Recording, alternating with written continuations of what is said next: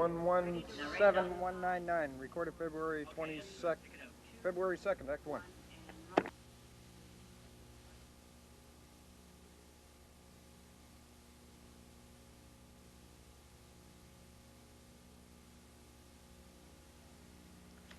This old diary is where I've penned my thoughts over the past 4 years. You know, traveling like I do with the Irish Rovers has taken me all over the world, and a good part of my life is spent living in hotels and in aeroplanes, and I've come to the conclusion that everyone needs a special place to go, a kind of an island all of their own to forget the world's rush. It doesn't really matter, you know, where this place is, as long as you can find a wee bit of peace of mind there.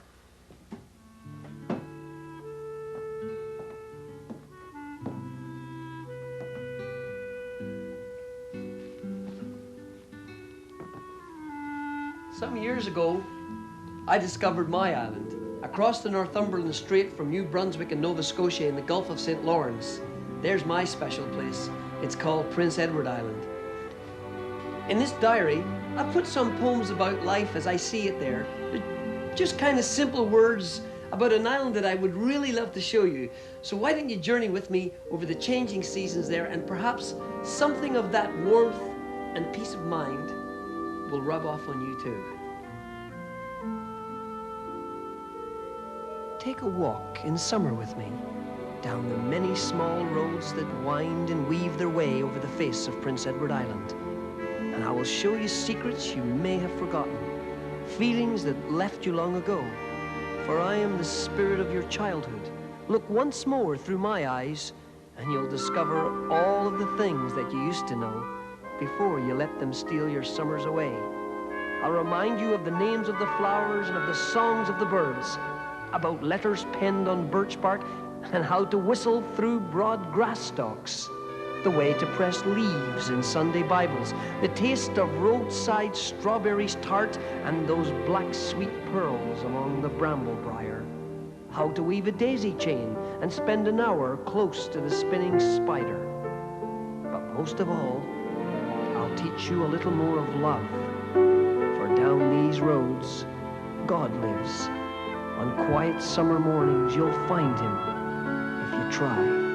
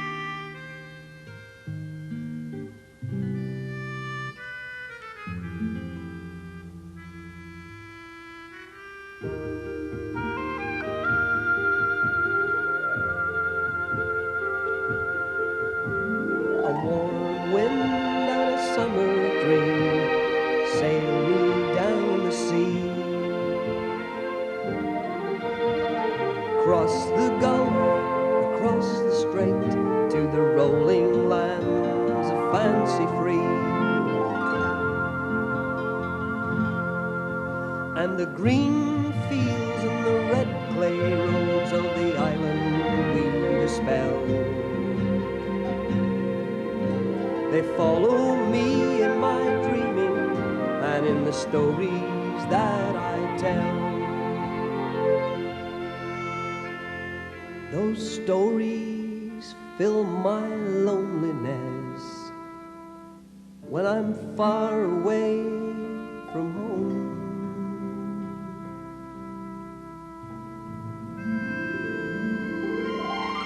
The rolling lands of my island make a patchwork for my poems.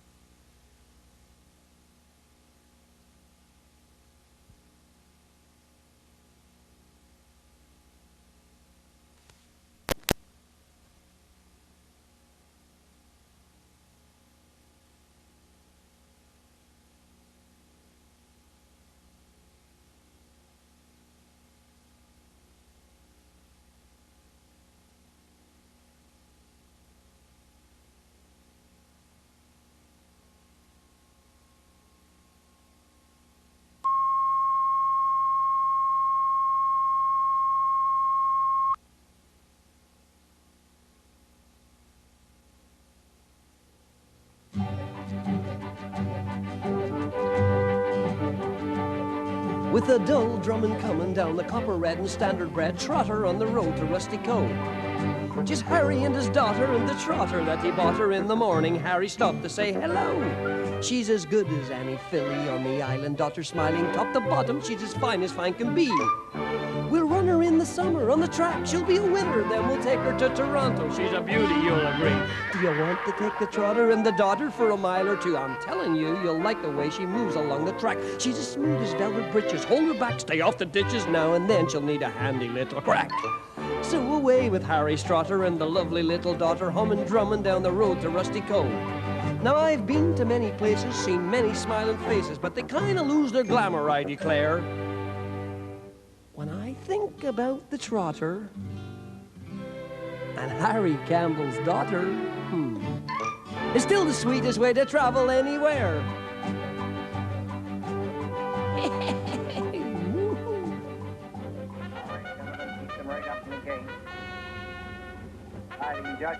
Kentucky North, Charlottetown Pacers compare with the best. Ask any horseman, you'll find it's true. Now, I drove Ballard's top man round in a mad plunge to the post. The moment the starter's truck pulled away like a bat out of hell, lumps of mud spinning, whizzing missiles past my terrified stare. Huge rump pounding, tail up in the air. An unnatural wind in my face. Rhythm bouncing off the rail. Jesus, if he tips, I'm arse over tea kettle. And how do I stop the devil? Help!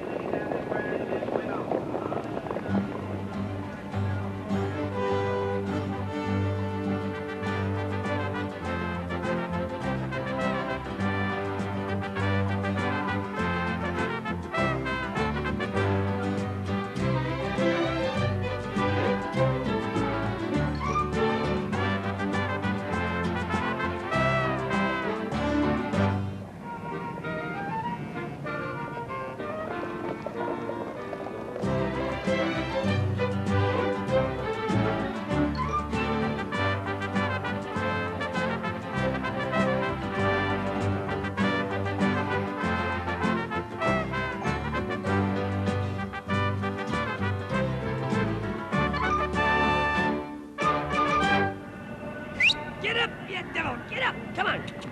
Get up!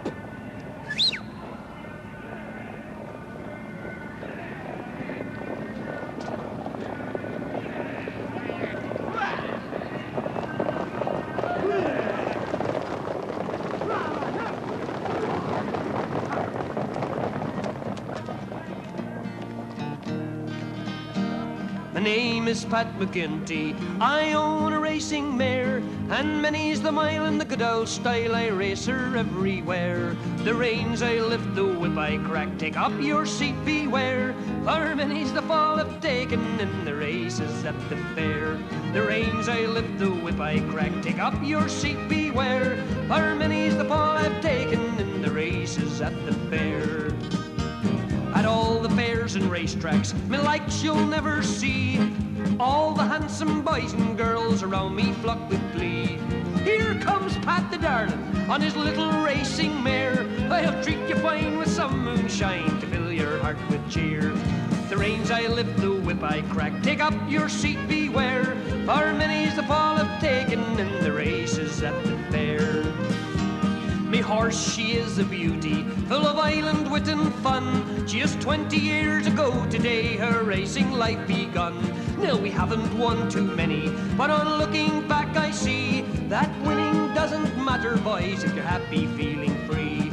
The reins I lift, the whip I crack, take up your seat, beware, for many's the fall I've taken in the races at the fair. The reins I lift, the whip I crack, take up your seat, beware, for many's the fall I've taken in the races at the fair. Whee!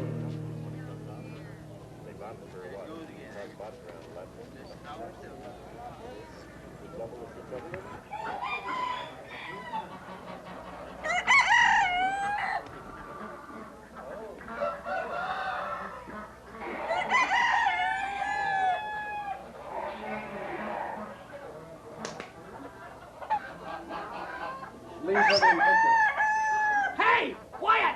Here comes the Colonel!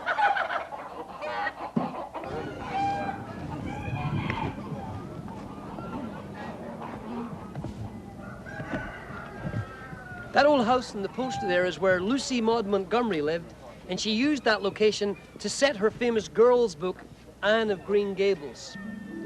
Lucy Maud kept a diary here, and while I was writing mine, I was thinking to myself that Lucy used Anne as a kind of an extension of her daydreams. And even though she had children of her own, Anne, that child of her imagination, lives on and on.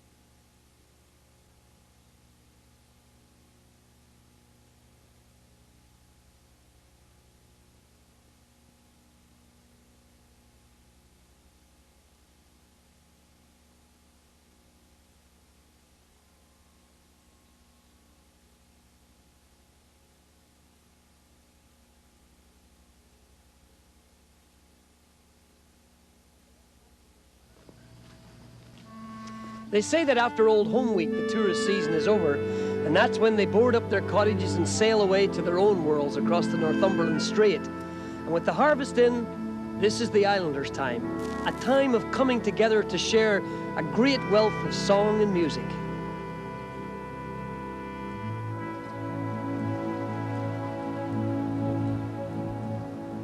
Horse and man work together again, once a year just for auld lang syne.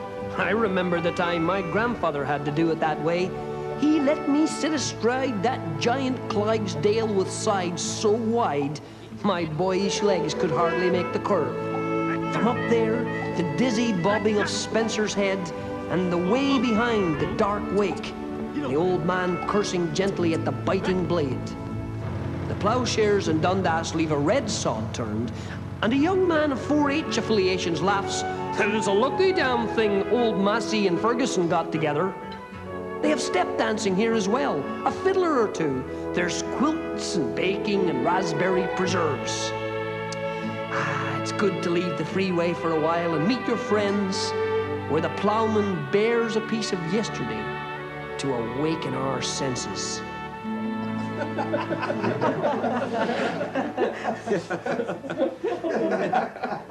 I suppose when people nowadays think about Prince Edward Island, they think of lobsters and they think about little lobster boats. But there was a time in history, as you fellas will vouch for me, when I say that there was a time in history when Prince Edward Island sent some of the finest looking ships in the world out into the waters. Oh, there was, yeah. Athol, you're a man that remembers those days in your models. And I was in your house not long ago, and I was never so envious, I don't think, in my whole life, when I walked around your living room, and there sitting in every corner was some of the most magnificent little ship's models I have ever seen. They are so intricate in every detail. How long have you been building model ships? Oh, well, I came back home about 1955, and I started then, you know, and I always wanted to build them, but it was always I was interested in ships. And you build them authentically, right from the old blueprints as well. And I want to, kind of remember what the old ships were like in the old days, and give them something to look back on.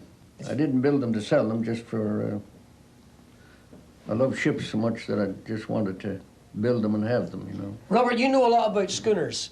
You've sat and told me hours and hours of your experiences on the schooners, that you worked on them. When did you start working on schooners? Well, I was about 15 years old. But I was about 15 years old when I shipped aboard 3-masted schooner down in Yarmouth, Nova Scotia. Yeah?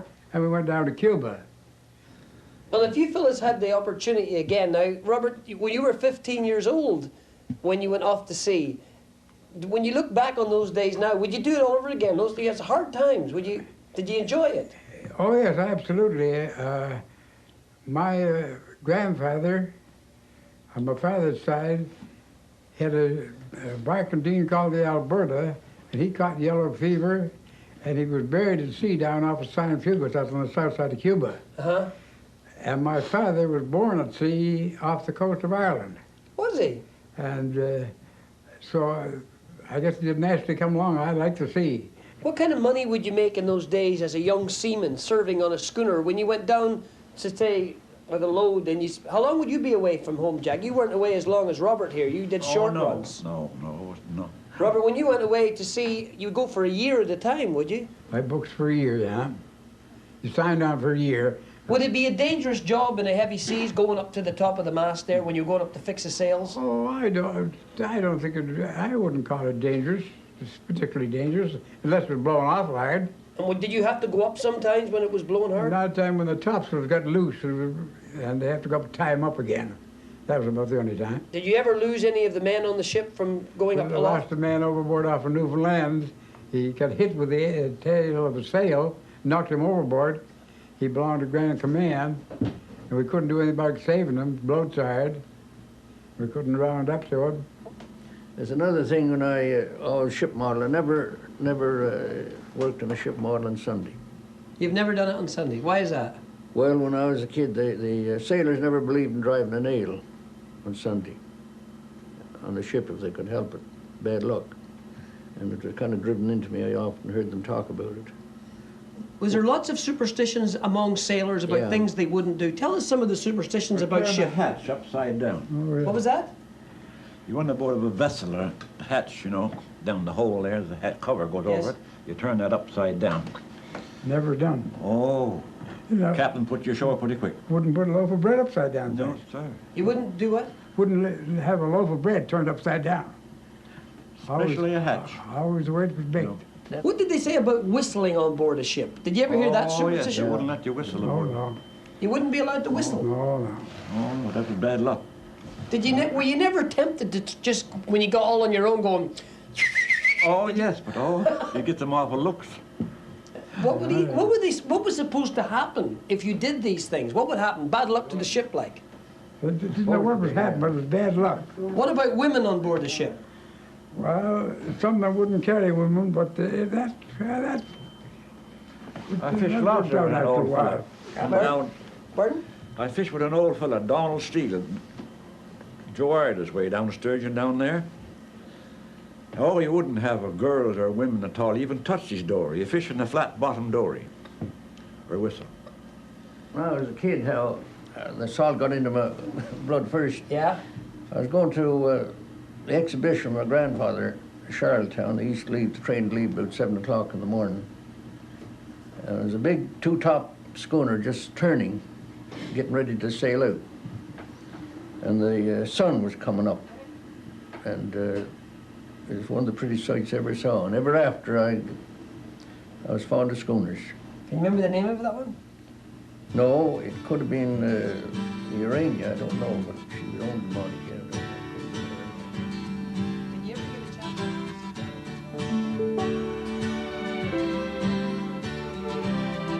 They were the best damn shipwrights in the whole country.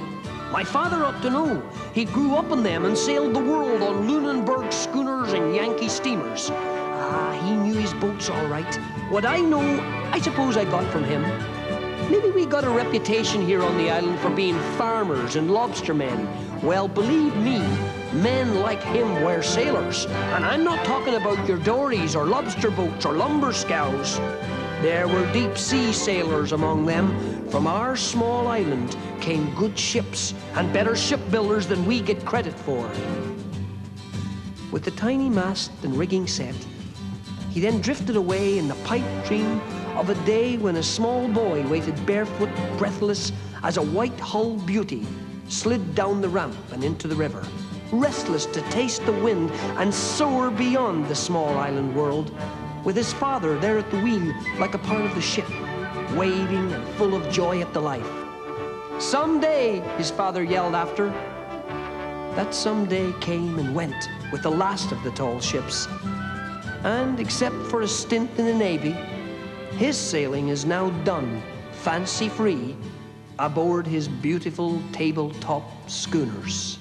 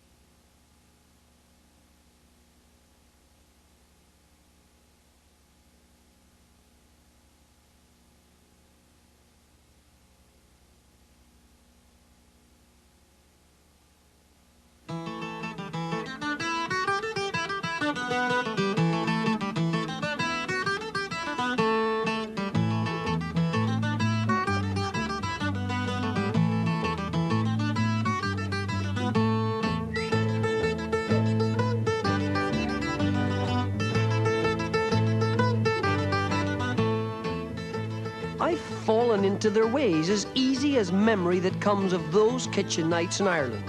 Kitchens that were made to sing and step dance in. Places to laugh at foolish stories. Don't even bother with the living room. That's for wakes and weddings. For Sunday mornings after church. Kitchens on the island are like that. For beer beneath tables in galvanized tubs of ice. Tables that groan with all the little breads, butters and whatnots that the ladies bring. Music sounds better there without a doubt. Island kitchens, the fuller the better too. Oh, I've played my music in Carnegie Hall, the Sydney Opera House and White House Ball. but from the top of a stove or a fridge, a sink or the dresser, by God, music there feels best of all.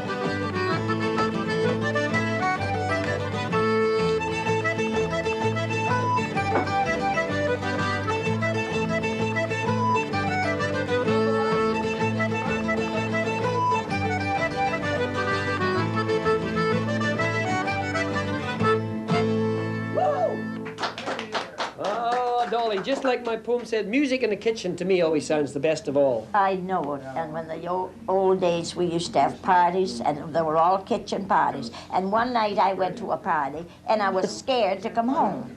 They said there was a bear around. A bear? A bear. The bear walked across the ice in the wintertime and was on Prince Edward Island. And I was scared to death to come home. And on my way home, I was walking along. There were no paved roads then, and I was walking along. And all at once, my hands went into hair, fuzzy hair. And a man with the beard was following you?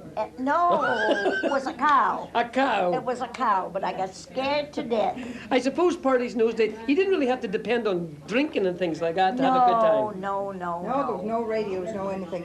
So we had to get together in the evening to play games. And we had some moonshine. The men would make moonshine. But you didn't get into that? No, we didn't get no moonshine. We had a little sip now and again. Just to keep the party going a little bit, yeah. But it was nothing serious at all. No. And well, like, I heard, Matilda, that you would go to a party and you wouldn't get home all week. Is that true? Oh, yes, we'd pick off with the horse and sleighs, 3 or 4 sleighs. It was about 7 o'clock in the evening. Yeah. We'd head for Alec Thrashers. Oh, yeah.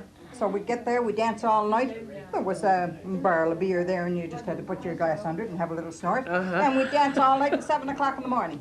And you stayed the whole night, like? The whole night long. You see, young people nowadays think that kitchen parties are fuddy-duddies and they have to go to discos and things. They don't know what they're missing. No, they don't know what they're missing. All you have to do. Wonderful things ever was, those kitchen parties. You can't beat them. You know, I like autumn on the island because there's a lot of kitchen parties that go on, and every autumn time, of course, is a time of remembrance for a lot of people on Prince Edward Island, because a lot of young fellas from Prince Edward Island went off to war.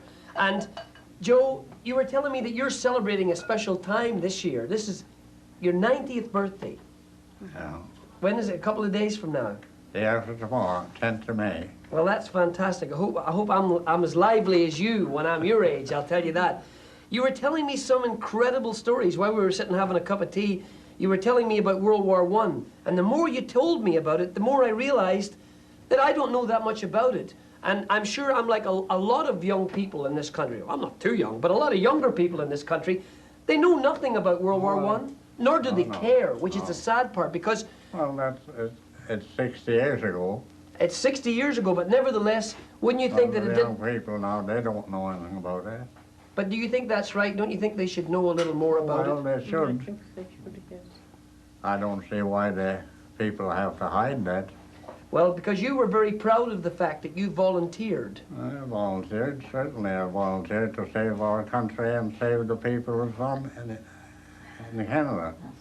And how many of you went? That's what we went to war for. If we didn't, what would become of Canada? Well, when I went to France, Joe, and I saw all those crosses, hundreds and hundreds and hundreds of them, and I saw the great monument at Vimy Ridge, and I sat there and I thought about all the young Canadians that were there, and I suppose all I could comment and think to myself was, thanks be to God that I wasn't there. And I'm sorry that you had to be. Well, somebody got to be. I got a little song, Joe, I'm going to sing, and it's about a young Canadian. Let me get my guitar. It's about a young Canadian called Willie McBride, and I'm going to dedicate it to you and to all the old fellas that are left that know about the terrible horror of war.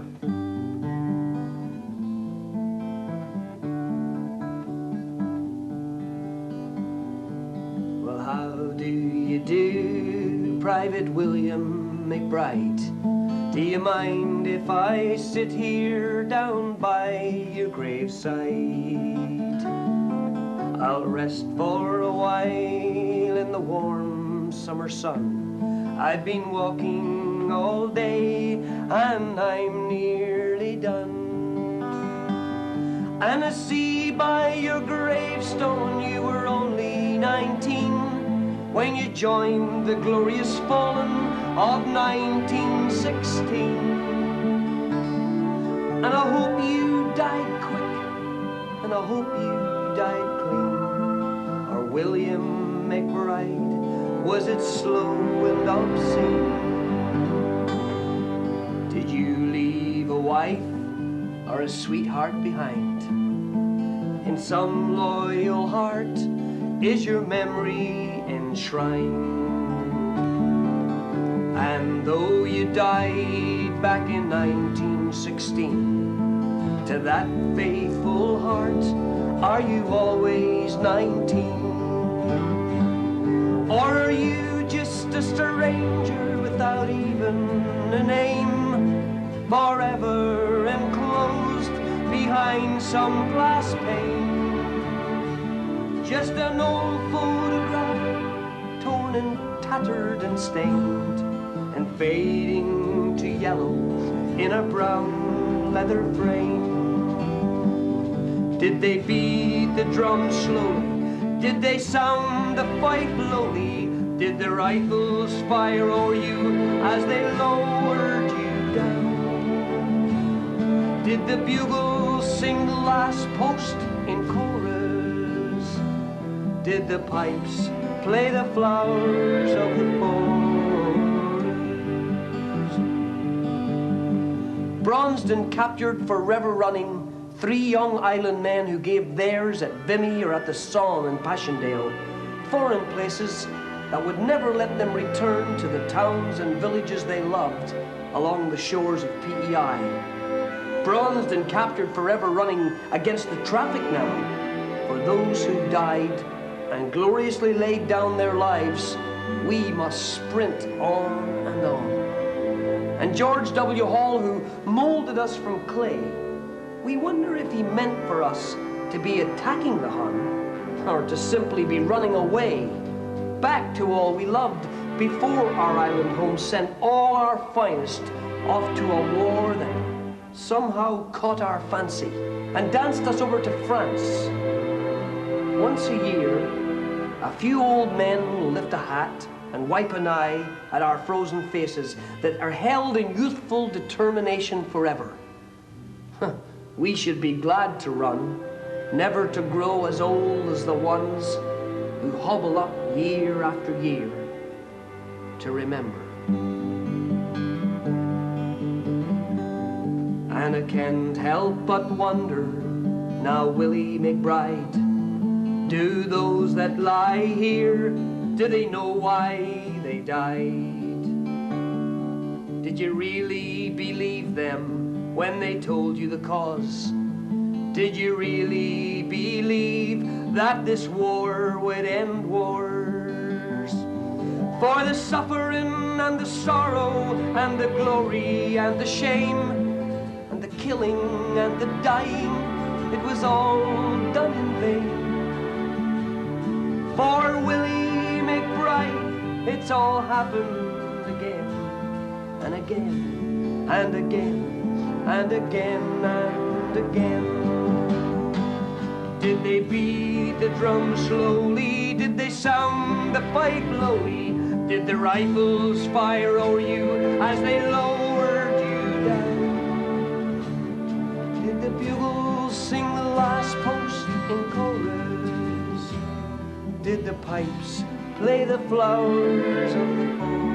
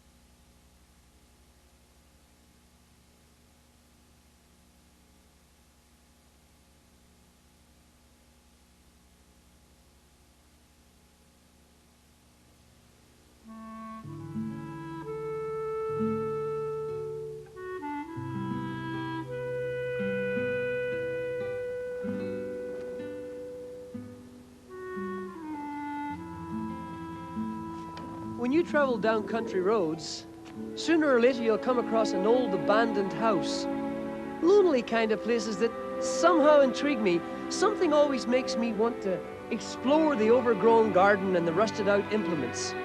I'll stand outside those crumbling walls and wonder just what went on inside in the past, and who were the ones that lived there and played yesterday's music.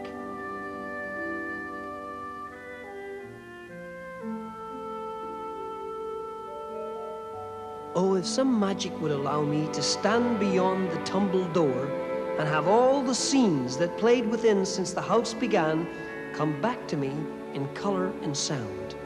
The homespun faces, the songs, the smell of new bread and lye soap. To see the children that found their way to an 8-hour day in Toronto or Halifax, or the ones that the sea took, boats and traps and all. Within those 4 walls in the forest clearing near my place, I come sometimes to touch and remind myself how important every moment is to me on this island. Before my walls crumble, I must fill them with love and light and laughter and music and children. Children with a bottomless bucket of paint.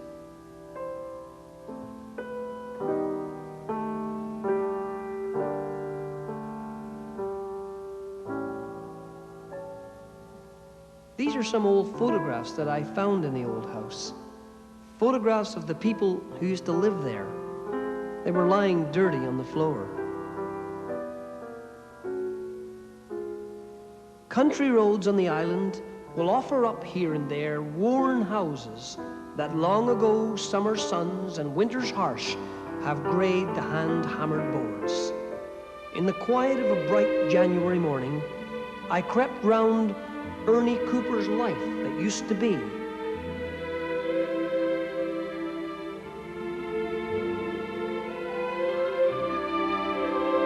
A pair of shoes atop of the crooked stairs, as though he had just slipped them off and away across the summer meadows, barefoot to meet his maker, as it were. The iron lifter still poised in the lid of the wood-eating stove, his teapot rusting, still waiting for its breakfast boil.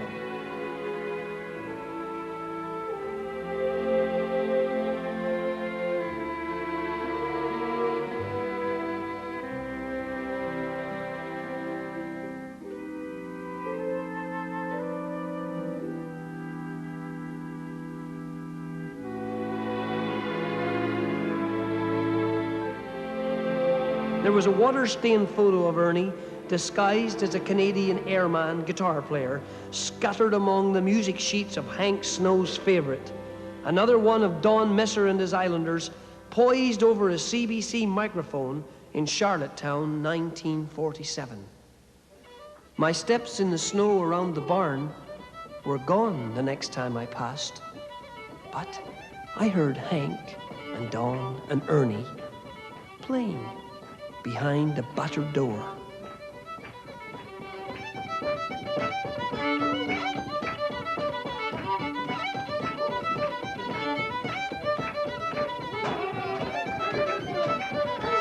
Here you go, William. Quiet. Keep it going. Keep it going, man. I gotta get a drink.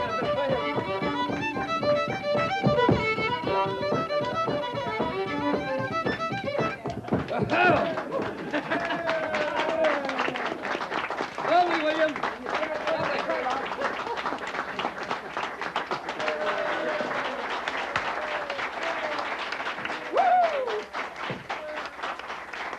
Listen, you know, I was just sitting here thinking, when everybody's having such a great time and there's beautiful Christmas trees and warm fires and everybody has got everything they want at Christmas time nowadays, I was just thinking there was a time when little boys and girls didn't have hardly anything at Christmas time at all. And I happen to know a song about a little girl.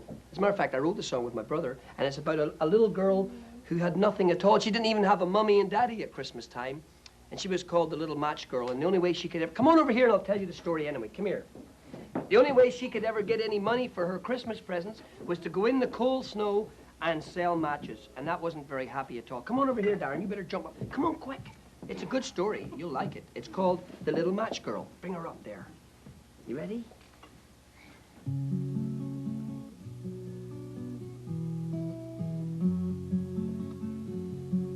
I see in my dreams on a cold Christmas morning visions of sugar plums that dance in my head.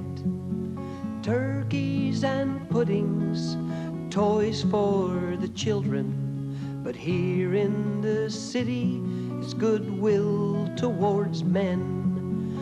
Please buy my matches, 2 for a penny, to give you some cheer on a cold Christmas day. A long time ago, a babe in a manger came to this earth, God's love for to show. He told us that the poor would inherit his kingdom, but here in the streets I'm alone in the snow. Please buy my matches, 2 for a penny, to give you some cheer on a cold Christmas day. There's peace and there's plenty behind lighted windows. There's singing and dancing and hearts full of cheer. But I have to sell matches, the world's ill divided. But I remember good times when my mother was near. Please buy my matches, 2 for a penny, to give you some cheer on a cold Christmas day. By the heat of my matches, I sit in the doorway when a vision of peace comes into my mind. It looks like my mother has come back to hold me, to take me to Christmas where people are kind. Please buy my matches, 2 for a penny, to give you some cheer on a cold Christmas day.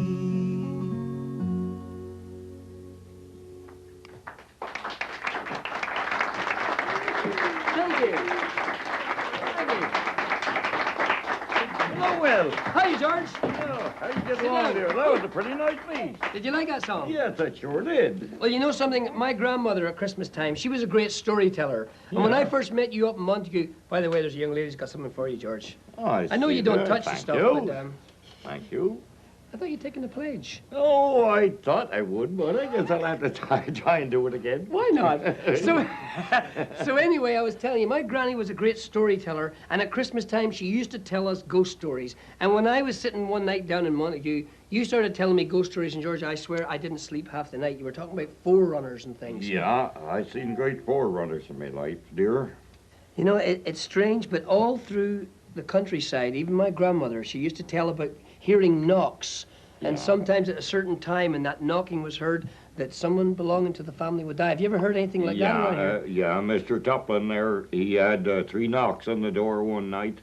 He went to the door to find out what was there, and there was nothing there. Then he went and sat down again, and then there was 3 knocks again came.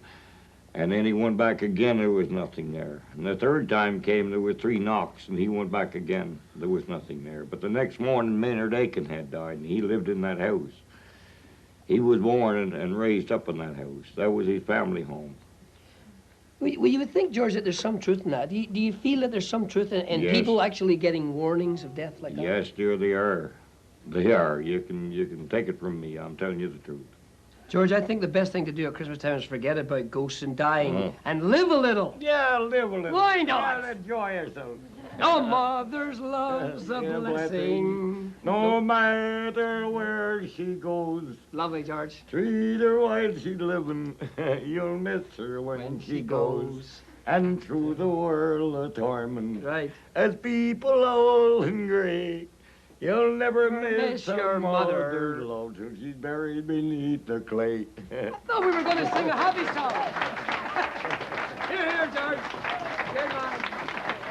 Come on, let's have a little fiddle music. The chansons are going to level her up. Come on, here we go.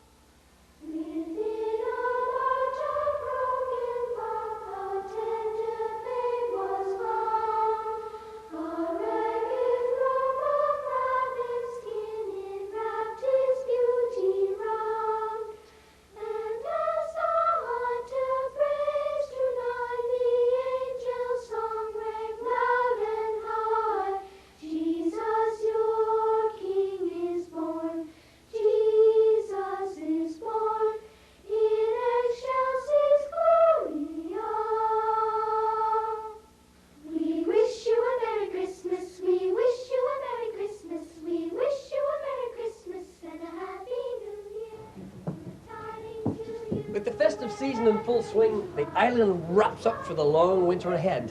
Farmers have banked their houses against the chill, and fishermen have hauled their boats close up against the house, well covered. And I suppose the tourists are all safely snug in some neon-lighted winter city. Well, it's then that the island gives the Christmas season all she's got. I'll tell you, there's turkey in every oven, there's good times in wood-heated kitchens, hospitality overflows. It's a good old crack, I'll tell you.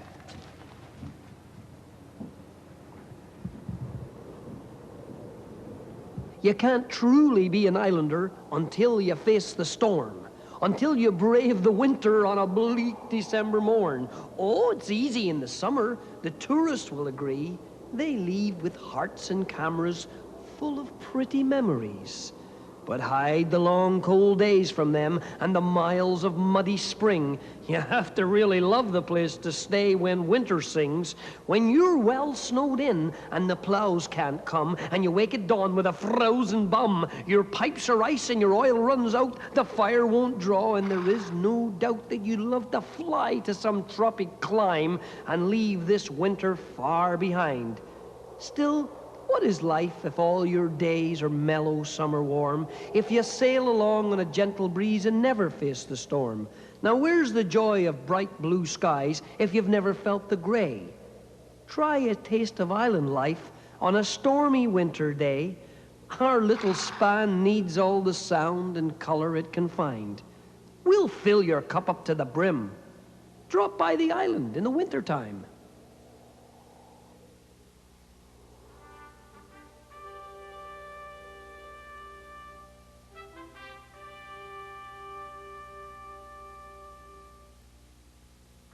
My gift to you today, said the island, is my green growing time, when the late spring descends like a blessing, when the last cold wind loses their way high up, dry up and disappear for a season.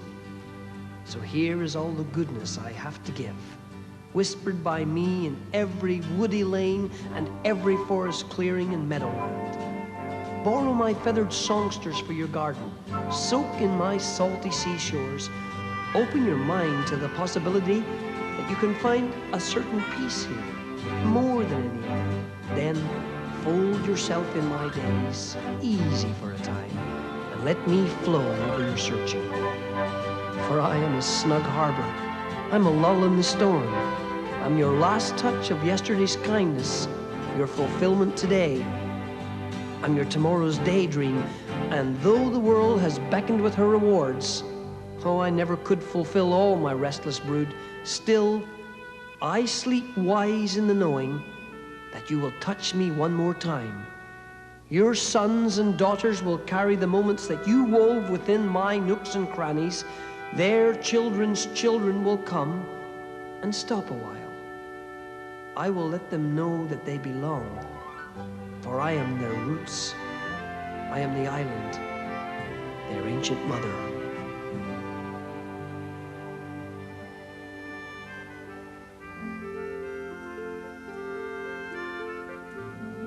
A warm wind and a summer dream sail me down the sea, across the gulf, across the strait, to the rolling lands of fancy free. And the green fields and the red clay roads of the island weave a spell that follows me in my dreaming and in the stories that I tell.